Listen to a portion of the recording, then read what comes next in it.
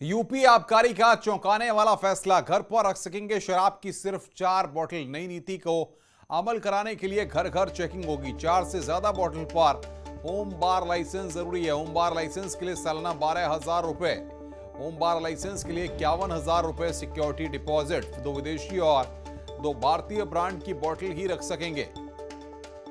तो यूपी आबकारी का चौंकाने वाला फैसला यहां पर यह है।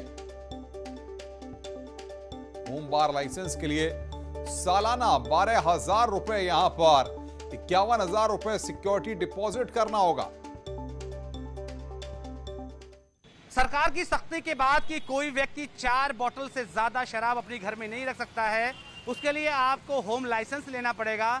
लेकिन चौंकाने वाला नतीजा उत्तर प्रदेश की राजधानी लखनऊ में ये आया है कि जनवरी के महीने से लेकर अब तक किसी ने आवेदन ही नहीं किया। इसके बाद सरकार ने किया क्या कि इन्फोर्समेंट के लिए लगातार लोगों के घरों तक जाने की बात कही जा रही है। ओरली अधिकारियों को निर्देश दिया गया है कि इस तरह से इन्फोर्समेंट किया जाए कि लोग घरों में कितना शराब रखें, ये बात पता चल पाए। लेकिन सबसे बड़ी बात यही है, जो तार्किक बात नहीं लगती, कि 12,000 रुपये आदमी कौन सा व्यक्ति फीस देगा, फिर 51,000 रुपया कौन व्यक्ति सिक्योरिटी मनी रखेगा। क्योंकि एक व्यक्ति अगर 10 लीटर का इस्तेमाल करता है तो उसको करीब 70,000 के वो सरकार को फीस के तौर पे ही देना पड़ रहा है। तो ऐसे में अब तक होम लाइसेंस की प्रक्रिया लखनऊ में तो कम से कम होती हुई दिखाई नहीं दे रही है।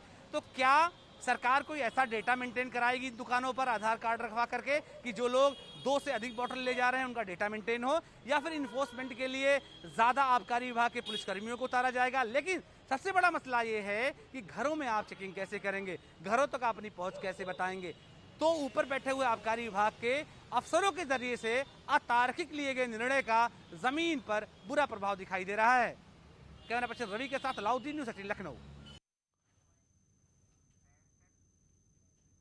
सुपरटेक लिमिटेड ने नोएडा में 40 मंजिला 2 टावरों एपेक्स और साइन को गिराने के आदेश के खिलाफ सुप्रीम कोर्ट में पुनर्विचार याचिका दायर की है। कोर्ट में दायर पुनर्विचार याचिका में सुपरटेक ने कहा है कि उन्होंने विवादित टावरों के निर्माण में नोएडा के सभी बिल्डिंग बायलॉज का पालन किया है और टावरों के निर्माण में सभी जरूरी अनुमति ली गई थी। सुप्रीम कोर्ट ने 31 अगस्त को सुपरटेक के दोनों टावरों को बिल्डिंग बायलॉज के खिलाफ ठहराते हुए उन्हें गिराने के इलाहाबाद हाईकोर्ट के अप्रैल 2014 के आदेश को बरकरार रखा था। इन टावरों में 915 फ्लैट और दुकानें बनाई गई हैं।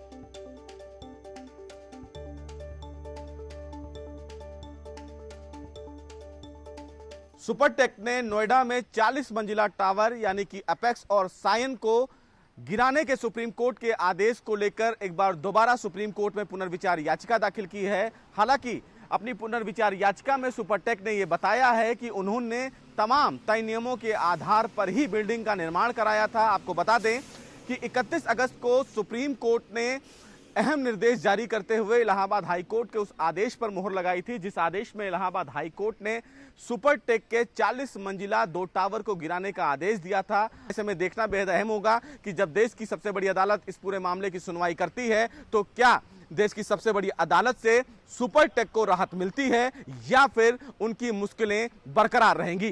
कैमरामैन प्रहलाद के साथ सुशील पांडे, न्यूज़ 18 दिल्ली।